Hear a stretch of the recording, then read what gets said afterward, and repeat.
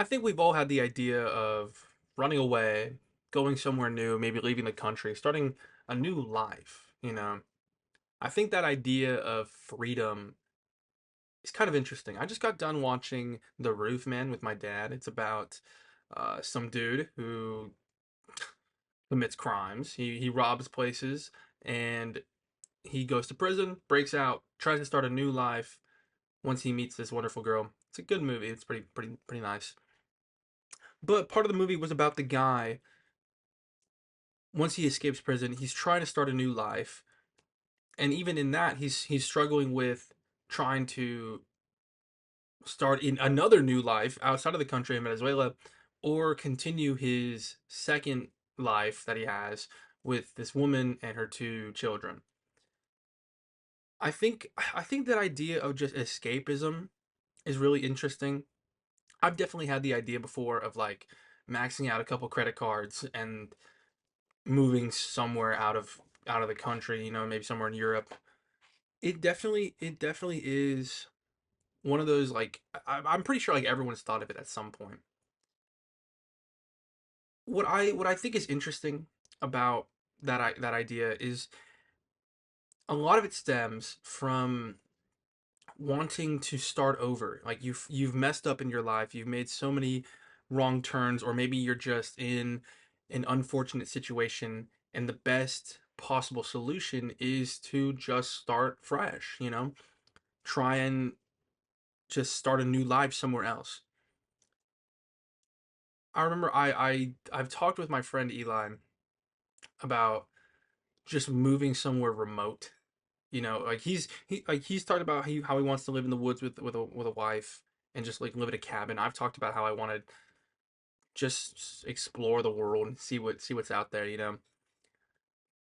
And it's mainly because I used to think like I had fucked up so much. I'd messed up my life so much that I had to start over. I had to just give life another try somewhere else.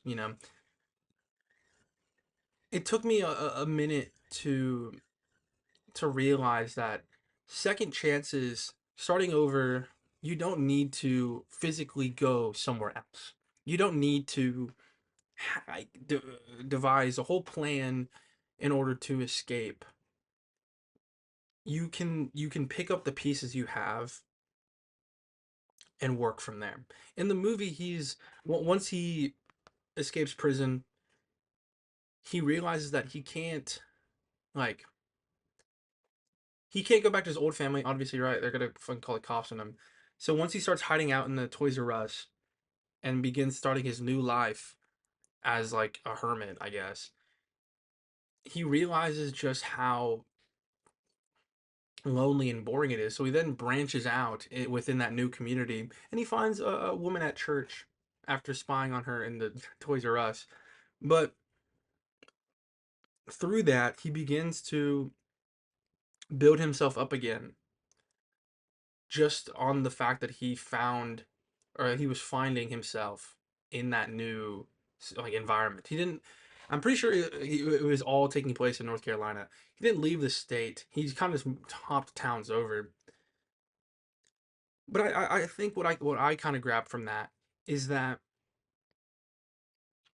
you don't need to completely like uproot yourself. You can ignore the fact that I'm talking about a fucking serial criminalist here. You can take the pieces that you have, you can take what's available around you and still build up something new.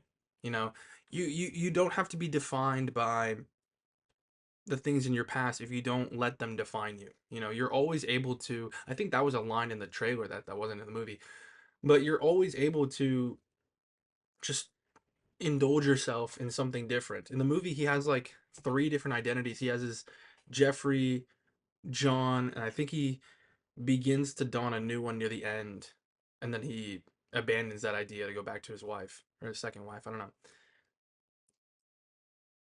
but all of it stems just from the fact like he was trying to be someone new and trying to live that new life.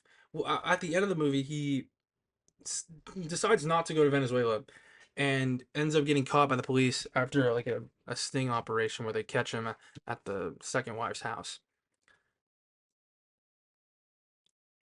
I thought the movie was great. I thought it was great. But what I'm trying to say is like you don't need to have these elaborate schemes in order to change yourself, you know? You can always start small and then expand from that. By the end of the movie, he's like, I'm a changed man. I've figured out who I am or whatever. And then he tries to break out of prison like two more times. But again, what I grabbed was that in order to truly change, in order to truly better yourself and to try and like restart your life, you don't need to completely uproot yourself. You don't need to completely change who you are. All you have to do is begin to make those small changes, you know. Even within my own life,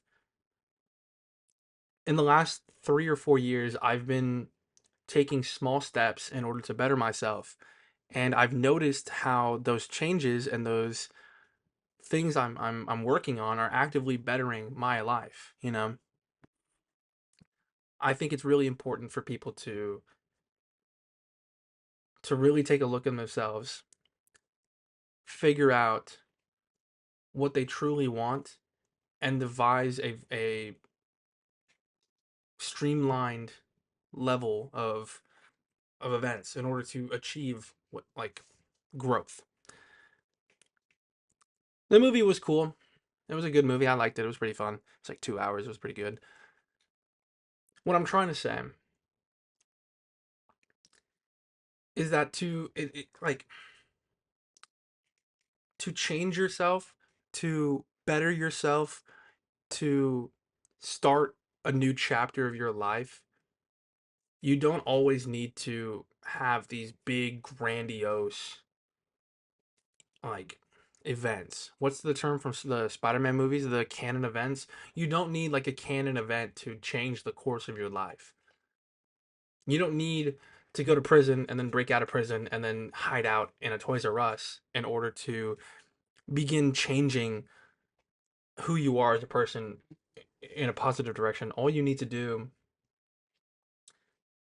is to take small steps, identify your weaknesses, identify what you want to change, and actively work at that betterment, you know? Thank you.